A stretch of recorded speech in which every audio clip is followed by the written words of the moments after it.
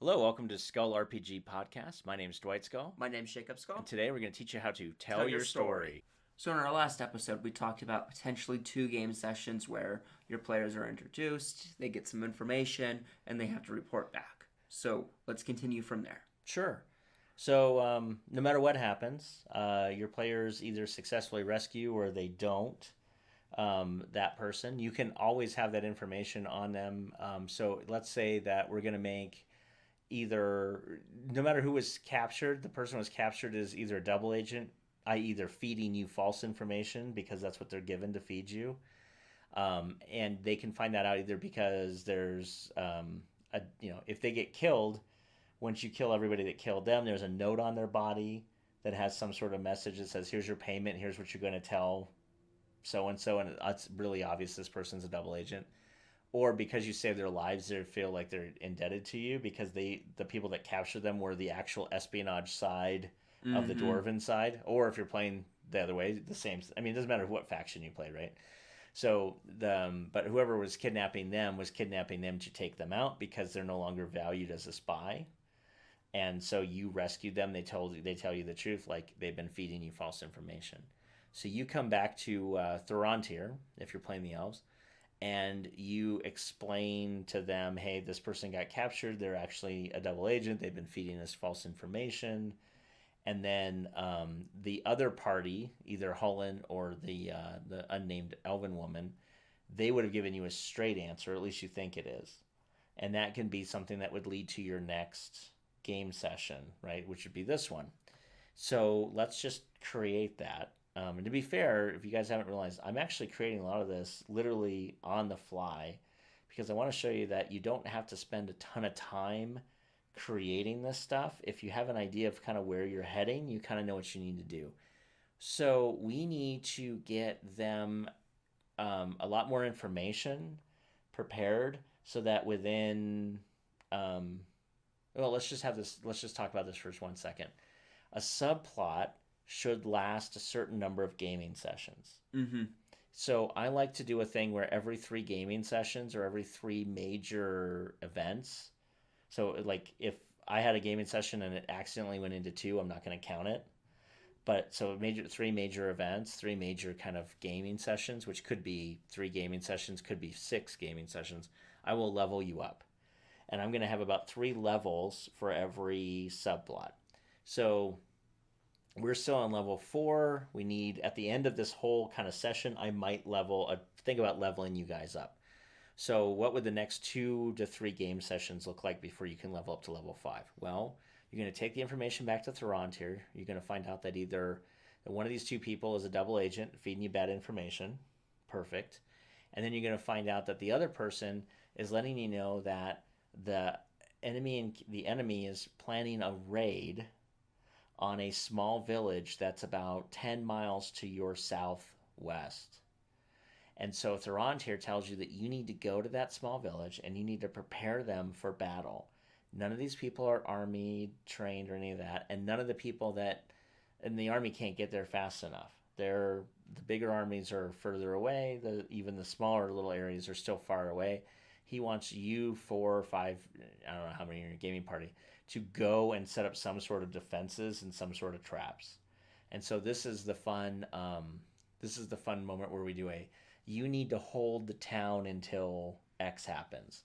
And he tells you that he's already sent word, but they need some more times. Like you need to be able to hold this thing off for about a day. So you guys are sent to go march out. And you get to the town, and then I would describe the town and kind of the fact that there's not really a lot of anything there for defensive purposes. You find out that there's a lot of wood around that could be used to create like a palisade, like a wooden wall. And this helps your players be able to improvise with the random odds and ends that every town has. Right. Oh, you have extra rope and you have some sticks. Well, you can sink those in for defense. Exactly. Oh, hey, you have some extra hose? Well, you can use hose to fight. Sun Tzu did that with the Art of War, how to take your soldiers that don't have stuff. I mean, a lot of our war things used to be farming implements. Exactly. For that reason.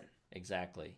So you have that. We could talk about a natural cave system that they could go hide into, but no one's fully explored the cave, so it may not be the safest location to say to hide in. And then the other thing you can bring up is that there's a spot in the woods that are used by these by a local set of druids who probably aren't there right now, but could be used to hide. Go deep into the forest, hide in this clearing. They may or may not track you in there, but you'd be in like a druid circle, and maybe maybe something could happen there. You don't know. So that gives your players the ability to say, well, do we stop and fortify the town? Do we try our chances in the woods? I mean, we are elves. Or do we try to have chances on the cave? And who knows what else is in the cave? Now, Yeah. of course, as an evil GM, there's something in the cave. There's something in the forest, too. There's always something in the forest, right? And the something in the town, of course, is this other invading. It's not like a full army, right? It's not like they've sent 1,000 people to go kill a village, but you do have maybe 40 guys coming to basically sack this village, and there's only 4 of you. So the chances of you killing all 40 like second level fighters is probably really low. But you might be able to fortify the town enough to be able to break up their ranks, be able to help a little bit, find out who maybe like who can shoot a bow in the town. You start doing random rolls on that, and then you have a hold until X scenario happens, and those I've covered in other places. But how that works in a quick nutshell is you determine how many rounds they have to hold for, and you basically just start counting down. And if they can hold that many rounds, then everything's good. Now, this is not a place where I would try to do like a total party kill or even kill anybody, but stuff would happen or could happen here, and it could be bad.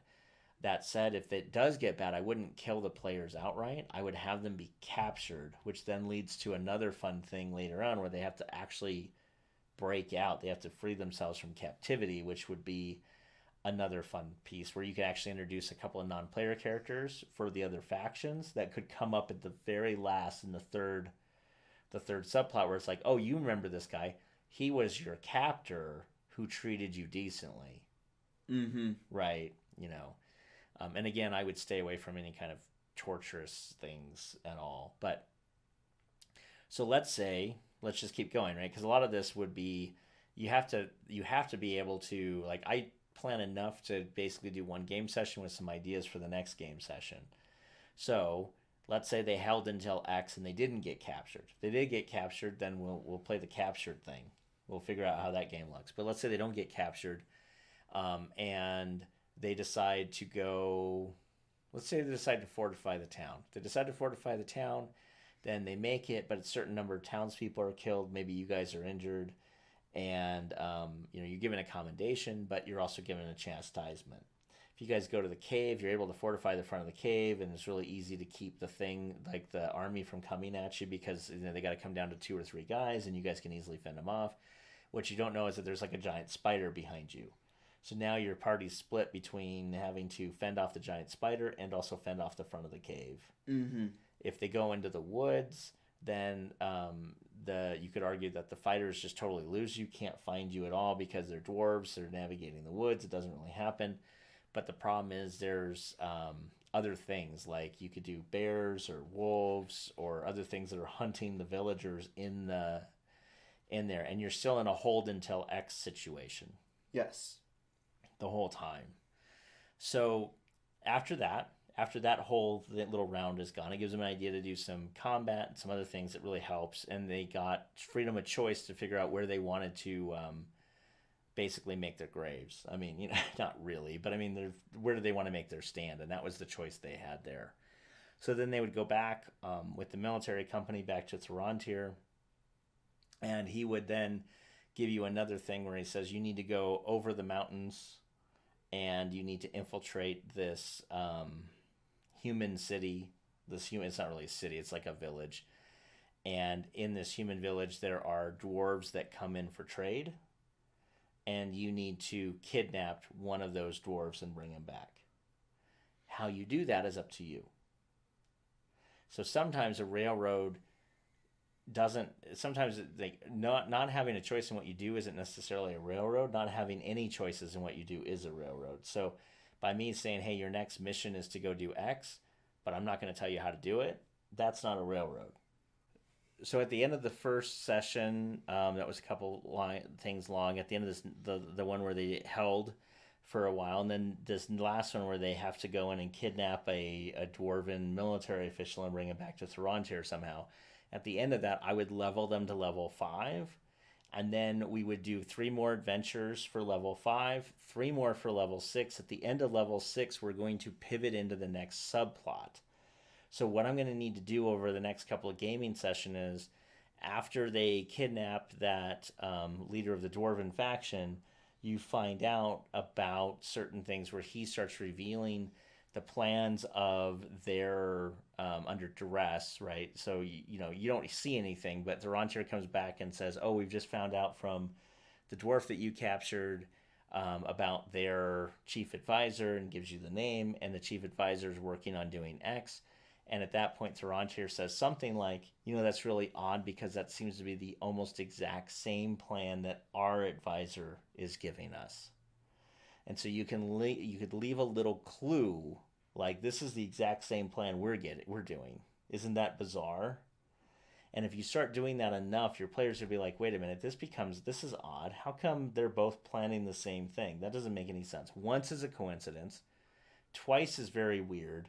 3 times is purposeful. Mm-hmm. And so you want to make sure that before sometime like in the early part of subplot 2, they hear for the 3rd time that the 2 chief advisors seemingly have the same plan.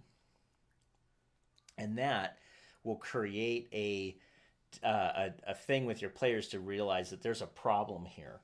And that's what you want to use to drive your big reveals, is enough little things where they realize there's a problem. And then when it is revealed that they're both working for the same person, they both go, that's why. Okay, now it makes sense. Everything clicks. Everything falls into place. Right. Where if I don't do any of that foreshadowing and I go, oh, by the way, both your chief advisors were working for the same person, you're like, I don't care, and I guess that's cool. You either get the what, or they're like, okay. What do I care? Yeah. As opposed to, wait, that explains everything. And that's what you want, is that, aha, that explains everything. Or I knew it, which is fine. I don't care if your players figure it out. In fact, I want them to figure it out.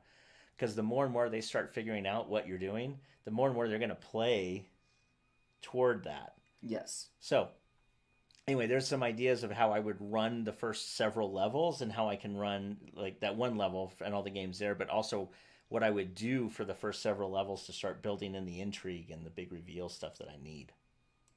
Hey, thanks for listening.